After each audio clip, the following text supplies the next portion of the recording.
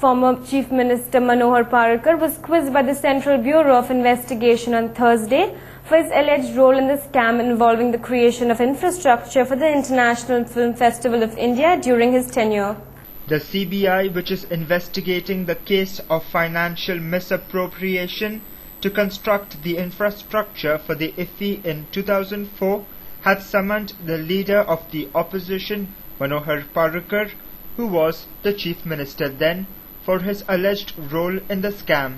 Mr. Parrikar, the then Chief Minister, has been accused of financial misappropriation while creating the festival infrastructure, including construction of a multiplex building, which is currently leased out to Inox.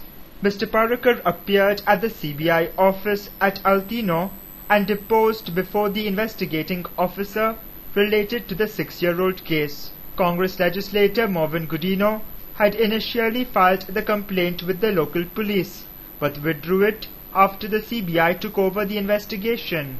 Speaking to media people, an unperturbed Parrikar said that he would not apply for bail, but would prefer to go to jail if found guilty. Speaking further, Mr. Parrikar said that the CBI inquiry is based on the CAG report and alleged that the CAG report itself is a fraud. The normal process, anytime any state government accepts a case based on Controller Auditor General, is after Public Accounts Committee goes through it.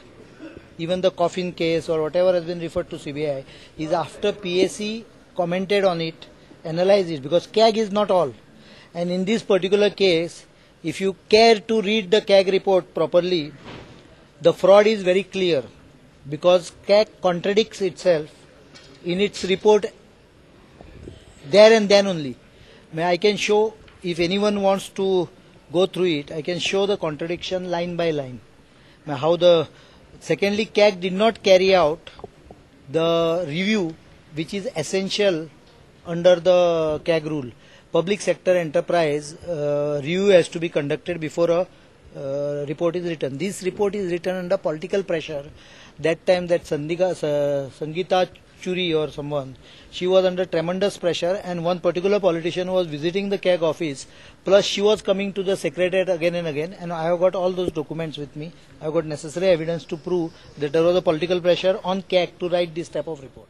Mr. Parrikar also alleged that there was a huge political interference in the case, otherwise such a weak case never got registered.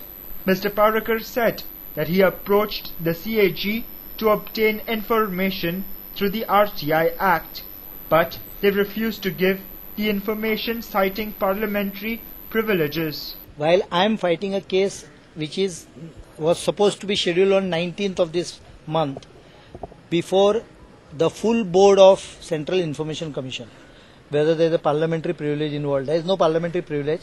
As a parliamentarian, since I am PSC chairman, I can very well ask those documents, but those documents don't exist. So CAG report is a manipulated report, is very clear under political pressure. Don't think that institutions don't get under political pressures.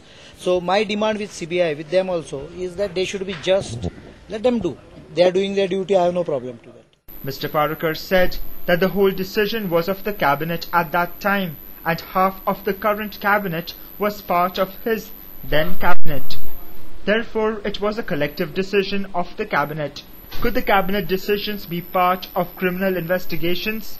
The former chief minister wondered. See, the problem is very simple. I was not alone in this decision making. There was a core committee. They consisted of Digambar Kamath, Miki Pachako, Babush Mansarad, Alex Siqueira, Philippe Neri Rodriguez, almost half of the current cabinet. Invitee was Mr. Pratap Singh Rane. I am not alleging anything. Don't mistake me on that. Now, if there is something wrong, all these people are equally responsible. That is one aspect. Secondly, the full decision is of the cabinet. The basic fundamental constitutional question comes whether cabinet decisions can be part of an criminal investigations. They have to answer that. Mr. Parrikar has also said that the CBI's move to summon him could be a direct consequence of his unearthing of multi-crore scams such as the excise, mining, power department and real estate scams in which senior Congress leaders, including the Chief Minister Digambar Kamath and top-ranking bureaucrats, were involved. This is nothing but harassment normally. I will not blame them because they have to do their duty, and therefore I am ready to help them one more time. But my request to them is to finish this matter once and for all. Let them do whatever they feel is correct. I don't do it only because of harassment to me, because I believe that state exchequer is compromised. State money is compromised. People of the state has been compromised in those issues. And there may be more coming out of. I am a fighter. And if someone fights with me, I can hit back.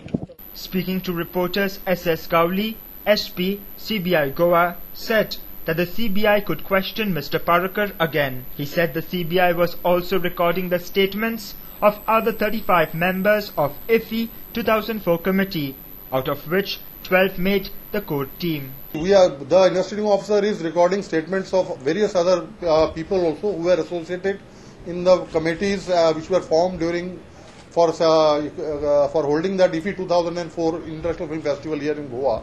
So they are being, as and when their availability is there, we are calling them, we are recording their statements also.